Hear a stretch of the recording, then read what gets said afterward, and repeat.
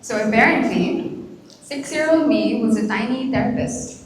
Yeah, she had zero credentials, a Dora backpack, and absolutely no business being that wise. But she wrote this. So if you're reading this and you're big now, and maybe feeling sad too, I just want you to remember this day. Because we've been sad before. A lot, maybe. But that means we didn't stop. Even when we had bad days, we still got up, we still brushed our teeth even when we didn't want to, and went to school and did stuff anyway. That's brave, I think. I remember waking up one morning, and all I looked forward to was crawling back into bed, pulling the covers over my head, and pretending the world outside never existed. It was just a glass half empty kind of day. And I knew days like this would come along again. That scared me a little. So that's when I decided to write a letter to my future self. And sure, I didn't have all the words that time, but every time I read it, I feel a bit closer to the little girl who wrote that letter. Hi, my name is Ishita, and I talk a lot, like a professionally concerning amount. But today, I want to talk about the things that we don't say, like the texts we type out but never send, or the happy birthdays we do send at 11:59 p.m. just to make it seem like we didn't forget. Instead, we ghost like it's Halloween year round. Unlike all those half-finished drafts and unsent messages, the letter I wrote stuck, being able to feel the weight of my words in my hands. Imagine if I just typed out the same thing on the notes app on my iPad. I don't even have that iPad anymore, so I don't think I ever would have read that message to myself again. It's a little disheartening because in a world that's constantly rushing, where texts are quick and Instagram stories disappear in a day, maybe we just need a moment to pause. When did likes start feeling so important? Or when did we start caring so much about how aesthetic our coffee looks? And honestly, when did we when did liking someone's Instagram story count as keeping in touch? Lately, I've been stuck in this cycle of endless scrolling. One minute I'm watching a reel about someone's morning routine, and the next I'm spiraling, comparing myself to people with perfect grades, perfect lives, and all of the things that I don't have, like the latest iPhone or a fancy car. Social media has this way of making you feel like you're supposed to be doing everything all at once. It's exhausting. And it's hard not to constantly wonder if I'm falling behind somehow. Like I missed the memo on how to be that focused, disciplined, hyper-productive version of myself that the internet keeps selling back to me. It's really tiring. I mean, it all feels like we're trying to shrink ourselves to fit a mold that was never really made for us. And one evening, after a really long scroll session, my phone died. But for once, I let it stay that way. Instead, I went to my mom and sat with her, and we ended up laughing about how badly I burned toast that morning. It wasn't deep or dramatic, but in that moment, I felt more seen than I had in days. It reminded me of family dinners, sharing stories, laughing, teasing each other. When did we trade that for staring at screens and conversations that need Wi-Fi? That's when I realized connection isn't about being impressive. It's about being present. Sometimes, all it takes is bringing burnt toast to the kitchen table. But when you think about it, humans were built for connection through eye contact, through mirroring expressions, and just presence. But it's also in the tiny things, like your dad's old ringtone, or birthday parties with chips, cake, and fruity if you were lucky. Moments like that tell your brain that you're safe here. And that feeling is called felt safety, and it's everything. One evening, I was cleaning out my drawer and I found this crumpled piece of birthday card from a friend I used to be inseparable with. It had these silly little inside jokes that I thought were the funniest thing back then. I just sat there staring at it, realizing I hadn't spoken to her in months. It was just life getting in the way. It made me realize how quietly connection fades when we stop choosing it.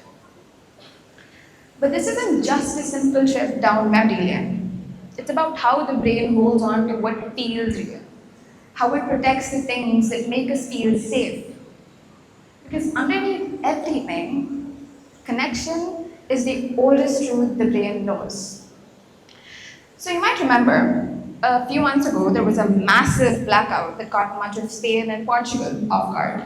There were no lights, no Wi-Fi, no ways to charge your phone. It felt like the world had paused. The entire city of Barcelona, usually so bright and busy, suddenly just stood there in silence. But instead of people pulling away, they came closer.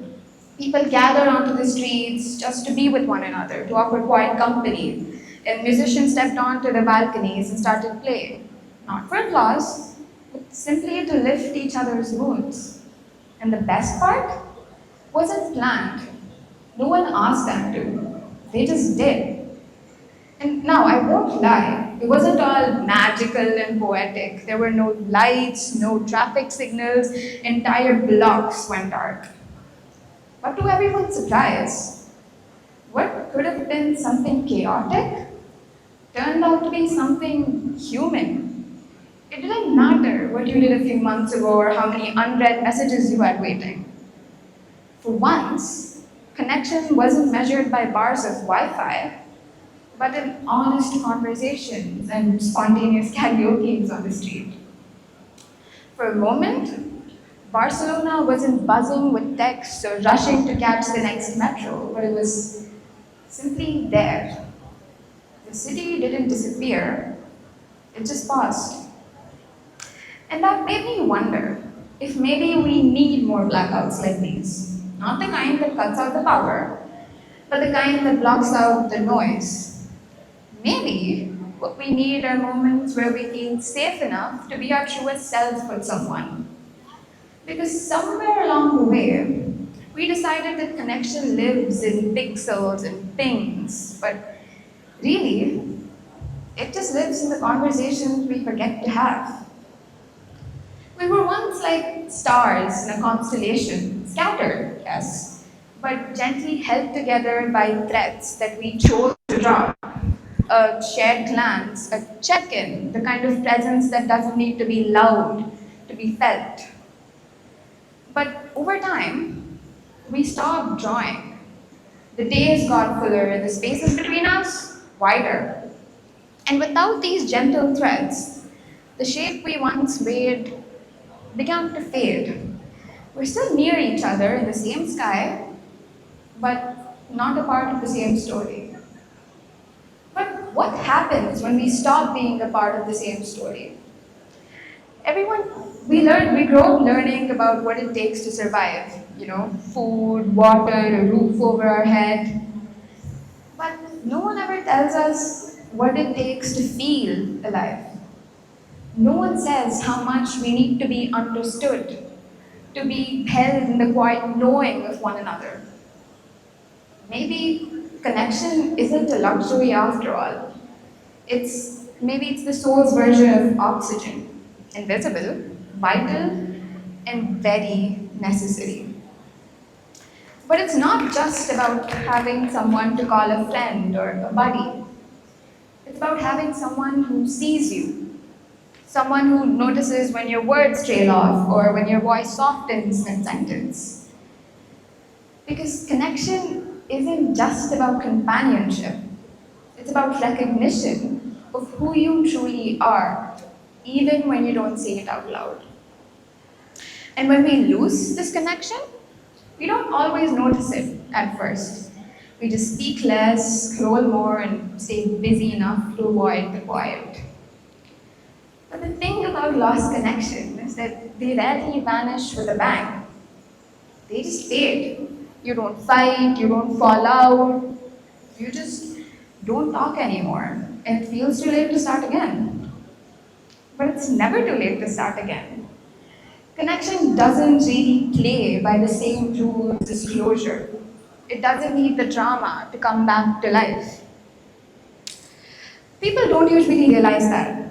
But connection isn't built on the big cinematic moments. It's not in the tearful confessions in the rain or the dramatic airport hugs or whatever Netflix tells us connection looks like. It's sometimes connection comes back in the most smallest, most ridiculous ways. In the moments that don't make sense to anyone but you.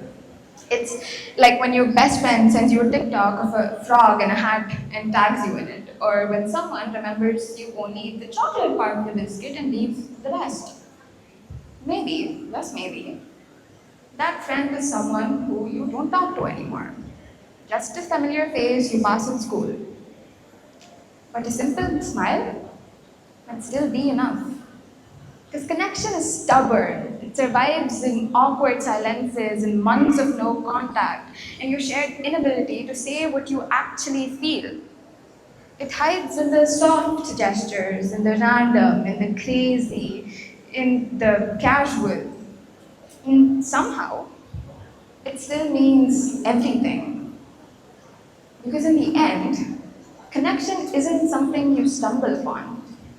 Something we forget, but always find our way back to. Sometimes slowly, sometimes all at once. It's in a glance held a second too long, or in the familiar rhythm of someone saying your name only the way they do. In the way you feel truly seen, even in the most ordinary moments. But reconnecting doesn't shout or fix everything at once.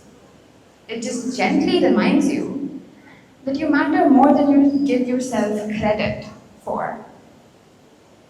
There's a door in our house that never fully shuts. It creaks in the wind, sways a little when someone walks through, but never shuts.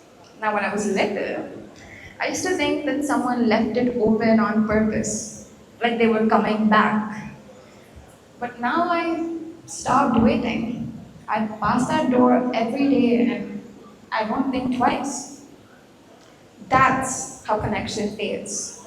Not in slammed doors or final words, but in the quiet things that we just stop noticing. In the decision to stop hoping that someone will walk through that door again. It's not always heartbreak. Sometimes it's just a door that stays open and no one walks through. And maybe that's what the little girl who wrote that letter was trying to say to me all along. That even on the most yucky days where your smile ran away and hid, there's always something that will bring it back. Be it a memory, a person, a moment, or maybe even a version of yourself tucked away in pink bed sheets with her toes peeking out, waiting patiently on the other side of time, whispering that you're never truly as alone as you feel. Never. Thank you.